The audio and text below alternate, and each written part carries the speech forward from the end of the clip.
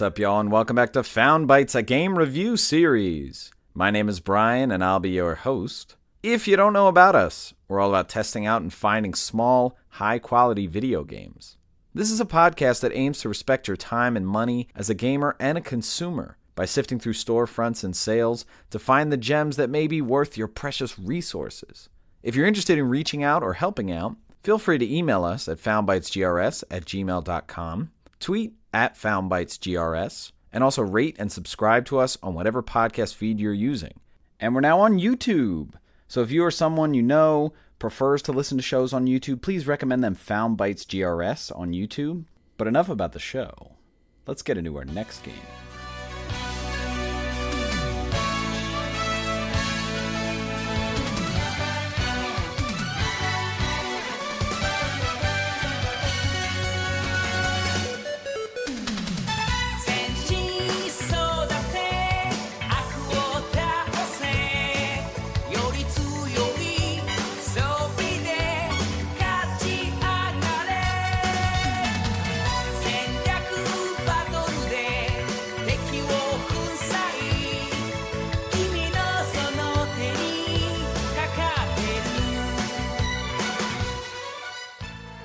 Chroma Squad is the game for this week's episode. Chroma Squad is a tactical RPG/sim. It draws a lot from games that we've talked about, like the Banner Saga, the South Park games, the newer ones, Stick of Truth and Fractured But Whole, the Disgaea franchise, and then, of course, roots in things like Fire Emblem, Final Fantasy Tactics. The game was originally released in April of 2015 on PC, Mac, and Linux. And then in May of 2017, it came to mobile, iOS and Android, and PS4 and Xbox One. And then finally, in August of 2019, it came to Switch. There was a Vita version that was planned, but it got canceled during development, unfortunately. The game was developed by Behold Studios, and they're a small studio, and they base in Brazil and Canada. They kind of have like a dual setup going on there. And they've developed other games like the Knights of Pen and Paper series, the Galaxy of Pen and Paper series, so they're like D&D sims. The publishing of the game, originally it was kickstarted, so it was self-published, and then at some point Bandai Namco came in. And there's an interesting story behind this because there was kind of a rights dispute or a possible lawsuit coming from Saban, which did the Power Rangers, because this game is clearly based off of the Power Rangers if you see it, and we'll definitely talk about it. But they negotiated to give Saban royalties, and then on the game it actually says under Chroma Squad inspired by Saban's Power Rangers. So it's interesting. I'm not sure all of the details about that. It's also interesting because I believe the original Japanese Power Rangers TV show was also done, I think, under Bandai, so there might be some connection there. The game had a physical release with Super Rare Games on Switch in August of 2020, and that was just the standard edition in the box, but it came with cards and I think a booklet. The game was released with a price point of $14.99 on Steam and consoles. The mobile version, I believe, is $4.99 on iOS and Android, and that Super Rare Games edition is $34 US equivalent. Runtime of the game, if you're just charging through, just beating the story, not trying to do a lot of customization or anything like that, somewhere between like 12 and 13 hours, but there's a lot of things you can do here. You can certainly mess around with customization with your characters, maybe even spend like 25, 30 hours in this game potentially. Me, I bought this on Switch on sale for $5.24, a nice price. I've put in about 5 hours, maybe a little more. I am somewhere in the second season, I think in like the second episode. And in terms of recommendation, no one really pointed this game out to me. I had seen it on PlayStation and on Switch. I love tactical games. There was something about this game. I'm a big Power Rangers fan from back in the day. The game looked like it had a lot of character. There's a lot of fan service. Made me want to dive in and check this game out.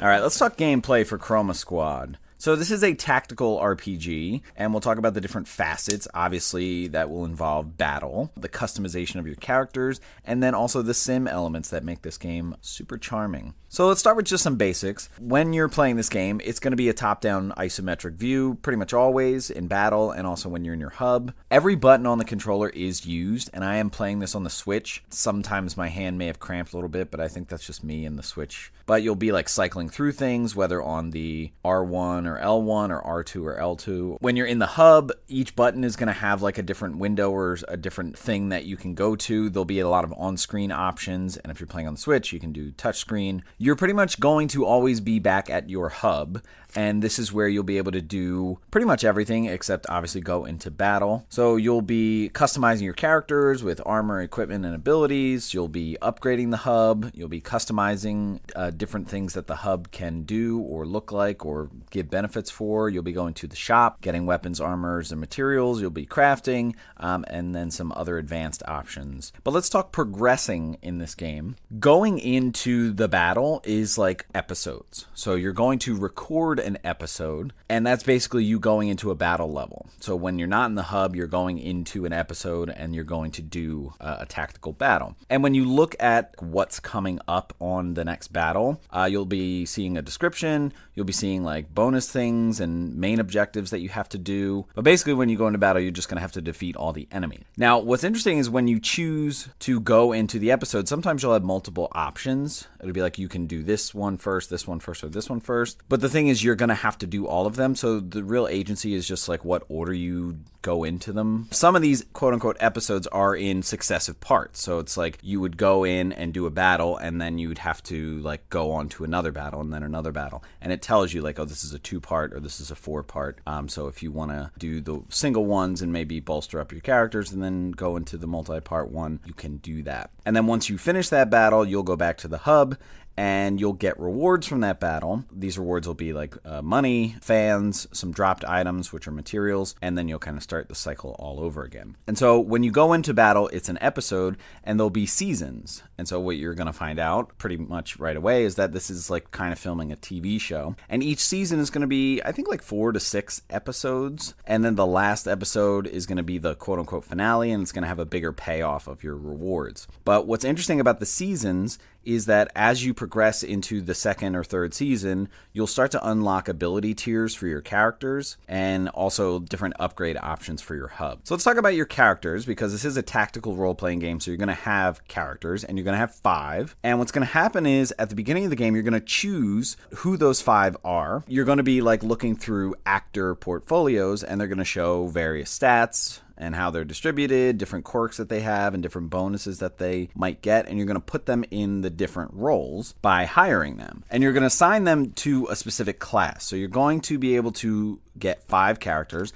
and there are 5 different classes. Like you'll have the scout, or the leader, or the assault person, or the tactical person, or something like that. These are interesting because it's trying to clearly emanate Power Rangers, but you can really mix and match. Like you might look at some of these characters and think, oh, that guy would be really good for this role, or she would be really good for that role. But the classes are kind of vague. Even if you don't put someone in what is quote unquote the right role, or they would have been better for another role, it really doesn't matter too much. It's just like vague stat preferences, and you may really want to go all into that and pick the right characters if you want. So your characters will have different stats. You'll see their hit points, their attack, their weapon attack, their movement, their crit percent, dodge percent, counter percent, and skill regen. And these are going to be influenced by armor and weapons. Now, armor is pretty much just going to give you minor upgrade iterations. So you're going to start with all your characters having a set armor. I think there are like 4 pieces of armor. It's like chest, legs, arms, and helmet. Wearing armor will give you some basic stat upgrades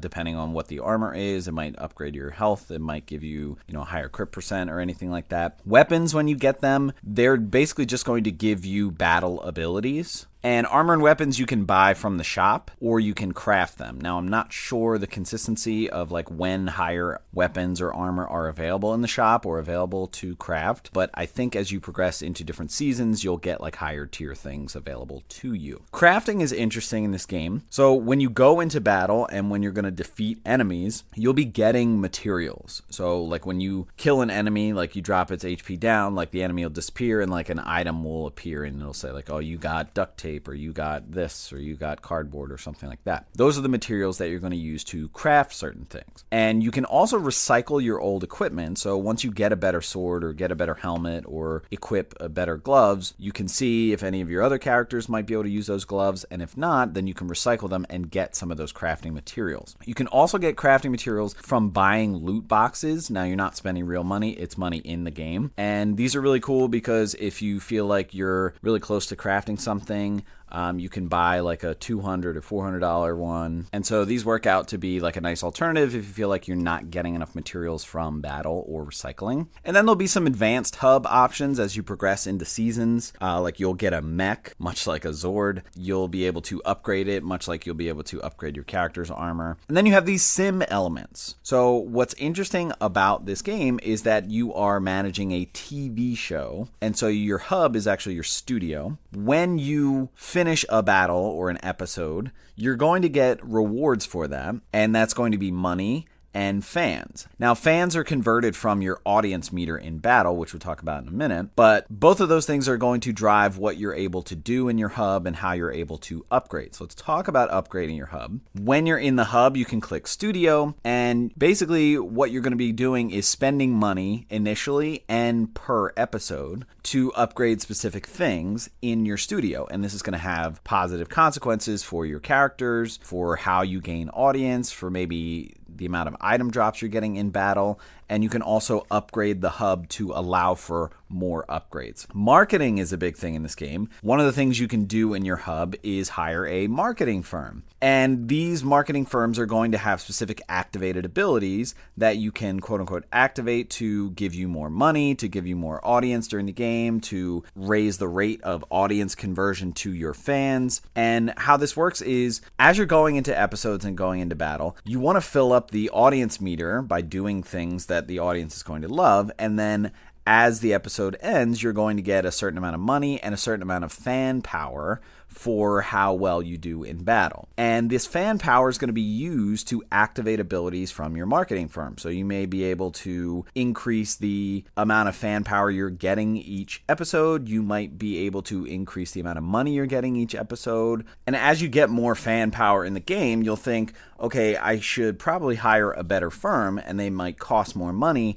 but their activated abilities are going to give you better bonuses. And let's talk about battles. So once you go into the episode, you are in battle. And again, the basic goal is that you have to kill all the enemies. And sometimes the enemies will be one wave, you just kill them all and then that's it. Sometimes there'll be multiple waves. They'll start popping in again once you kill a certain amount. And sometimes it's going to be a boss battle. And that might lead itself to be a multi-part episode, because it might be like, okay, kill all these enemies here and then this boss, and then you'll find out like the boss has another form and you'll go to another battle, so it'll be like a part 2. And the basic enemy types that you're going to see, much like Power Rangers, they're all going to kind of look the same, but they're going to have some variation. So there'll be ones that melee, ones that shoot, ones that are sort of heavier enemies that have higher stats, and then the bosses are going to be super unique. So this is a tactical RPG. So let's talk about the tactical grid. It's going to look just like a chessboard, and battle is going to work in turn progression. So the way that that works is all of your characters, you'll have control of them and can do all of their things in your turn, and then all the enemies will be able to go. So it's not like back and forth, it's just all yours, all theirs. And this is D&D based, so if you know D&D rules, on your character's turn, they can move and do an action. They could also move twice, which would be a dash action. They can move and do an ability. The ability would be the action. But some of your abilities that you're going to find are free action, which is really cool. But much like games like Banner Saga, if you perform your action, you can't move after. So you have to move first and then do an action. So if you're already in position, you don't need to move, but you won't be able to move after. Something else that your characters can do is the teamwork action. And this can be really useful, and it has multiple purposes. One of the main ones is that it can extend your teammates' movement, And so if you have one of your characters and you put them in a certain spot and then you hit teamwork, they're going to sit there with like these yellow stars around them. And anytime you have a character that is moving around them, you'll see all of the spaces that your character can move to. But then you'll see spaces around the max movement of your character that are outlined, that if you click your movement to them, what you're going to find is that the character that has been marked as teamwork is going to vault them. So it's like an extension of movement, basically. And what I really like about this is they can provide extra movement for any of your characters. So there's no limit to how many times they're able to do it. But the other thing that the teamwork action can do is that they can attack with a teammate if they're adjacent to the enemy. So adjacent means in a 9 square. So if we're talking about a grid here and your character's in a spot, all 8 of the spaces around it, including diagonals and straight adjacent, are going to be deemed as adjacent. So if you have a character that has the teamwork action activated and adjacent to that character is an enemy that is being attacked by another one of your characters, they will join in on the attack and it'll be like a double attack or a triple attack. And that's a really good way to do extra damage. Now, if you have a character that attacks with teamwork activated, that ends their teamwork. So like the stars will go away. So you want to have some strategy here because you can really max out the teamwork action if you want characters to move further, because you can extend characters' movements and it doesn't get rid of the teamwork action. And so what you do and the order that you do things is going to be important for strategizing and maximizing efficiency of this teamwork action. And this also plays a role in what's called a finishing move. The finishing move is when all of your characters are surrounding an enemy and you have teamwork activated by all of them, and then you attack with the last one. That means they'll all attack at the same time, and there'll be like a special cutscene. Something to be aware of when you're going about the tactical grid is when you're moving the cursor, there is some sensitivity. Like you really have to sometimes use the D-pad to scroll through, because sometimes I thought I was going to attack somebody and I was actually just moving my character. What you find is that you actually can't go back. So just be very careful with the grid sensitivity and making sure that you're on the right block. Like it'll be highlighted in white, the one that you're trying to click. And if you highlight it over an enemy, then you'll be able to attack that enemy. So we talked about abilities and weapons, and these count as actions. But abilities are interesting because when you go to the hub and you look at your characters, they're going to have sort of skill trees, but it's not that you're like clicking which one they learn and whatnot. You're basically just looking at the different tiers that you have available, and this is going to be based on what season you're in. So for season 1, you're only going to be able to activate abilities in the first tier. But then when you get to season 2, you'll have the first tier and the second tier open. And some of your characters are going to have multiple options in that tier for you to pick from, but you can only activate one ability per tier. So a lot of your characters are only going to have one ability in the season 1 tier. Some might have 2, but as you progress further into the game, you're going to have options. And again, those abilities are based on the character class, so that's why it might be a good idea to really align the characters that you pick in the beginning with the class that they are best suited for. And abilities are going to take an action in battle unless otherwise dictated. So some of them are going to say free action. Weapons are going to be the same way. If you have a weapon equipped for your character, it's really just going to give you a different attack, but it's going to be an ability. Now, abilities in general are going to range in terms of what they can do. So some of them are going to be attack-based. They might have a unique range. Some characters are going to have healing abilities. Some will have buffs, debuffs, etc. And in battle, you'll find that all of these things, abilities and weapon abilities, are going to have cooldowns. So you're not just going to be able to use them every turn. And this is going to vary depending on the particular ability. But once you use it, when you look at the screen back for that character on their next turn, it'll be like darkened out and it'll have a number like 5 or 4, and that's just how many turns until you get that ability back. Some more advanced things we talked about, mech upgrades, but there will be mech battles. And these are pretty unique. They're different from the tactical battles. They're going to be action command based. There will be some mini games. And this is a nice refreshing variation on the battle. It's really different and fun that it comes in here. But with battle in general, the idea is that you're trying to maximize your rewards. And this is where the sim element kind of synergizes here, because you're trying to defeat all the enemies,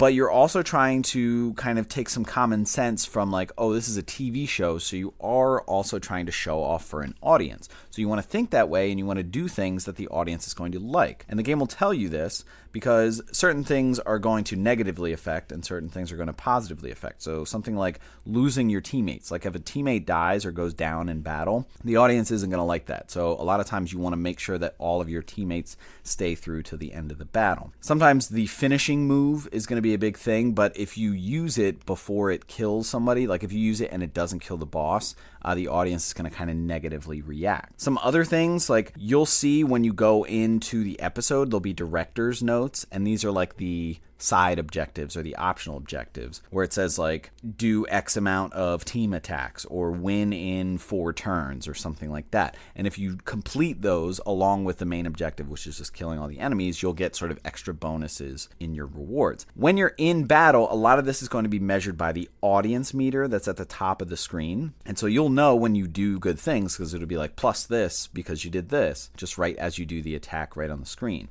And in terms of accessibility, the game auto saves in between episodes, but you can manual save once you're back at the hub, and this is good because if you did some upgrades once you got to the hub, you want to make sure that you save those. If you die in battle, I'm pretty sure you can just replay it. I don't know because I have not died. There is the potential that there might be negative consequences for the audience, but I'm not sure. And I just like the pacing of just constantly upgrading things, and you should be fine in terms of difficulty if you just keep customizing, keep buying better armor. It took me a little time to understand the strategy and sort of the grid efficiency and getting the best out of the audience. But once it clicks for you, it's really a lot of fun, and you kind of get what the game is trying to get you to do.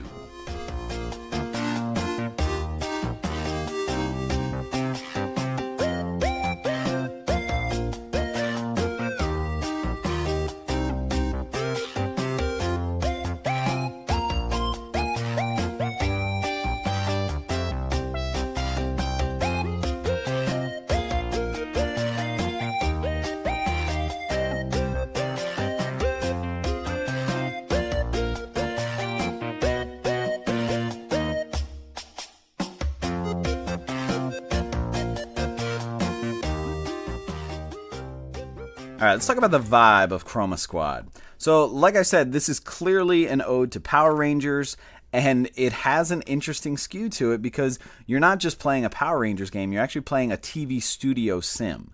So you're not necessarily just Power Rangers fighting, you are behind the scenes making a TV show. So like your role as the player is kind of like the manager of this sim. But let's talk about the plot and the setting and some of the themes. Like I said, you're basically Power Rangers, but you are the stunt workers for the original series, although it doesn't necessarily name it by name. And so the stunt workers were just like, hey, we're done with this. We're going to break off and do our own show because we think we're good enough actors. And it's like an art imitates life because, again, like the run-in that they had with Sabin and doing a game that's like clearly inspired by Power Rangers but isn't Power Rangers. In this game, throughout all of it, the fourth wall is completely shattered. It is obvious that you are in a studio and that you are filming this, or sometimes you'll see like lights drop or like things that clearly, breaking that illusion there. And in the dialogue, somebody will show up onto the battle like not in their costume, and your characters will be like, why isn't he in costume? So like everything is right in front of you. It really doesn't take itself too seriously.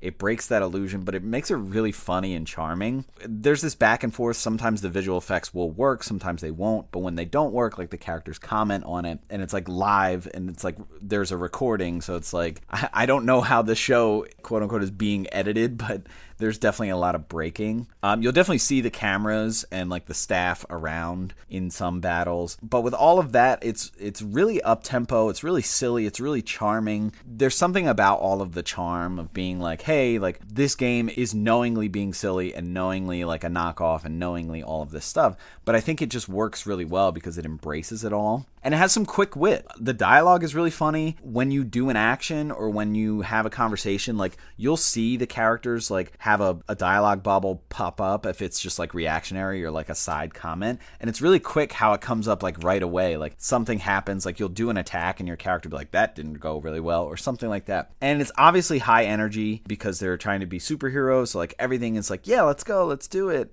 The item descriptions, whether it's for the episodes, the characters, the weapons, all of this is really detailed and really in the character of the game of being like super cheesy and like high energy. It reminds me a lot of South Park, like really attention to detail, all of these little things adding to the charm. And the materials that you use to craft certain things are like cardboard, tape, Play-Doh. Obviously these stunt people don't have the budget to do like a real show, and so like they are making their costumes out of cardboard. And so it's, again, not taking itself too seriously, but still like making this a working thing. And like they're really gung-ho. These characters are like, yeah, we're making a great show. And it's funny how it feels like the car is falling apart, but it's still like a really enjoyable experience. And from it being a TV show aspect, obviously you have the audience, you're trying to get a fan accumulation, like you're doing the marketing. At the end of each episode, like you see like the Twitter buzz or like the Twitter equivalent pop up on the screen like, oh yeah, did you see that finale? That was so great. I love this show, or something like that. And you also answer emails from fans sometimes, and I really like the back and forth there. The audio in this game is so good. Truly epic music. It's a cross between Mega Man X and Shovel Knight. Again, high energy, got that retro synth, positive energy. Some of these songs, like, I could just keep on a loop. And then visually, the game is super pixelated. It's very obvious as soon as you turn it on. It's super colorful. I like that you can actually choose your Ranger colors. You're not like slotted into 5 specific ones. The studio background, like when you're in the hub, is really fun. Like it starts out as like this bland gray, but then as you start to upgrade things, like you can upgrade and get a green screen, and then you see the green screen, and then you see like the mech there. So you start to see the studio itself get populated. Sometimes when you're in the hub, you also see some of the actors running back and forth, doing whatever. So it just adds a lot of charm there. One complaint I have is the text is super small. Like I'm playing it on the Switch, and so when it's undocked, it can be tough to read things sometimes. I can imagine that would have been worse on the Vita, as much as I really would have loved a Vita port. And the animations in this game, the characters are very alive, very vibrant. And when you do the teamwork action, your character will like sit in a pose, and they all have their own unique poses, and it's really cool because they're like hamming it up, as well as when they're attacking in battle. Again, just attention to detail, I think, is what makes this game truly, truly charming.